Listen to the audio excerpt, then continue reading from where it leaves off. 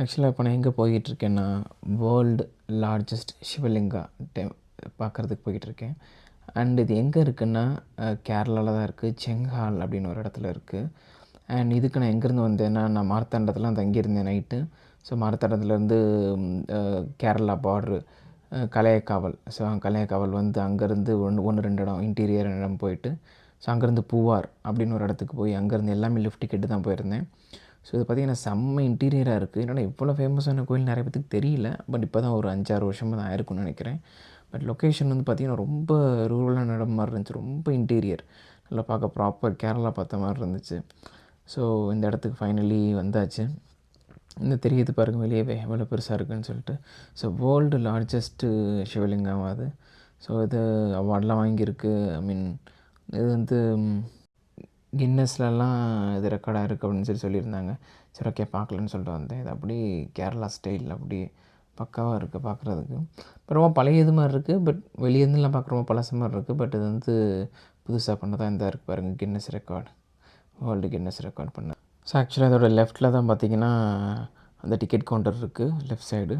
So இந்த side போனால் அது வந்து சிவலிங்கா கிட்டே போகிறது. ஆக்சுவலாக எனக்கு இது அந்த சிவலிங்காக்குள்ளே போகலான்னு எனக்கு தெரியாது. அப்போ ஒருத்தர் சொல்லியிருந்தார், நீங்கள் கோயில் போங்க, எனக்கு லிஃப்ட் கொடுத்த ஒருத்தர் நீங்கள் கோயிலுக்கு போங்க, எனக்கு தெரிஞ்சவங்க இருக்கா, அவங்க ஃப்ரீ டிக்கெட் பண்ண சொல்கிறேன், 100 தான் அப்படின்னாரு. சரி ஓகே அப்படின்னு சொல்லிட்டு வந்தேன். இங்கே வந்து கால் பண்ணேன். அப்போ அவர் அதுக்கப்புறம் தான் எடுத்துகிட்டு 10 நிமிஷம் கழிச்சு எனக்கு கூப்பிடுங்க அப்படின்னு கூப்பிட்றேன்னு சொன்னாப்புல. சரி 10 நிமிஷம் கழிச்சு கூப்பிட்டாப்புல பார்த்தா ஓகே டிக்கெட்டு கவுண்டரில் வாங்கிக்கோங்க. நான் டிக்கெட்டு 200 டிக்கெட்டு, 100 200 டிக்கெட்டு எனக்கு ஃப்ரீயாக அந்த இது கொடுத்தாங்க. இடம் பார்க்குறதுக்கு செம்மையாக இருக்குது. ஆனால் வெயில் சரியான வெயில்.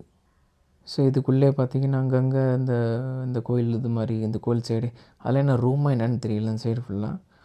ஸோ இது சுற்றி கோயிலை சுற்றி இருக்கிற இடம் எல்லாம் தனித்தனியாக ஒரு இடமா இருக்குது. பட் இதில் என்னென்னு தெரியல, உள்ளே போக முடியல. ஸோ இது ஆக்சுவலாக இதுக்குள்ளே இதுக்கு மேலே டாப் அளவு பார்த்திங்கன்னா இது இருக்குது, உள்ளே அந்த பில்டிங் இருக்குது போல். ஆக்சுவலாக எனக்கு அது தெரியாது. நான் கூட இந்த ரூம் சைடு தான் அது போகணும் போல் நினச்சிட்டு இருந்தேன். அப்புறம் சொன்னாங்க இந்த கோயிலுக்கு இந்த டாப்புக்குள்ளே போனால் உள்ளே எல்லாமே இருக்குதுன்னு சொல்லிட்டு உள்ளே போய் பார்த்தேன். உள்ளே போய் பார்த்தோம்னா உள்ளே என்ன இருந்துச்சுன்னா 108 சிவலிங்கம் அப்படின்னு ஒவ்வொரு ரூமில் ஒரு 7 சக்கரம் இருக்குல்ல, 7 சக்கராலையும் பார்த்திங்கன்னா மொத்தம் 108 சிவலிங்கம் இருக்குது. அப்புறம் ஒரு 64 சிலை.